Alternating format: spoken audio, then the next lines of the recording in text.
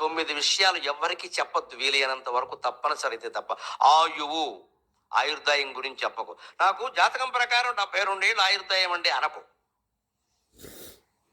అంతకంటే 2 ఏళ్ల ముందు నుంచి ఎలా వేసేయాలని ఎవడో చూస్తాడు ఇక్కడ. చెప్పను. వయస్సు కూడా అవసరమైతే తప్ప చెప్పక్కల. ఆడవాళ్ళు ఈ విషయంలో చాలా జాగ్రత్తగా ఉంటారు, ఎట్టి పరిస్థితుల్లో చెప్పరు.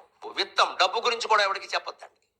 గృహక్షేత్రం, ఇంట్లో లొసుగులు ఉంటాయి, అవి కూడా ఎవరికి చెప్పొద్దండి. అంతేకాదు మంత్రం, ఎవరైనా మనకి మంత్రోపదేశం చేశారు, చెప్పకూడదండి ఎవరికి. అది రహస్యమే. ఊరికి చెవిలో చెప్పేద్దాం. మంత్రోపదేశాలు అందరికీ చేయకూడదు. చేశాడు అంటే వాడు చేయకపోతే వీడికి పిడిచికొడుతుంది ఇక్కడ. ఔషధం, మా వాడే మందులు కూడా ఎవరికి చెప్పకూడదు. ఆ మందుల్లోనే ఏదో కలిపి మనం చంపేస్తారు.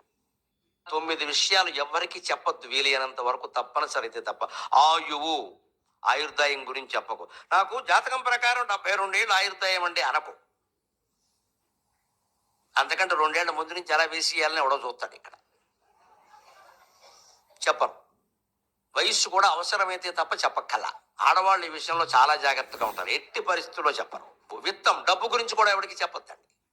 గృహక్షేత్రం, ఇంట్లో లొసుగులు ఉంటాయి, అవి కూడా ఎవరికి చెప్పొద్దండి. అంతేకాదు మంత్రం, ఎవరైనా మనకి మంత్రోపదేశం చేశారు, చెప్పకూడదండి ఎవరికి. అది రహస్యమే. ఊరికి చెవిలో చెప్పేద్దాం. మంత్రోపదేశాలు అందరికీ చేయకూడదు. చేశాడు అంటే వాడు చేయకపోతే వీడికి పిడిచికొడుతుంది ఇక్కడ. ఔషధం, మా వాడే మందులు కూడా ఎవరికి చెప్పకూడదు. ఆ మందుల్లోనే ఏదో కలిపి మనం చంపేస్తారు.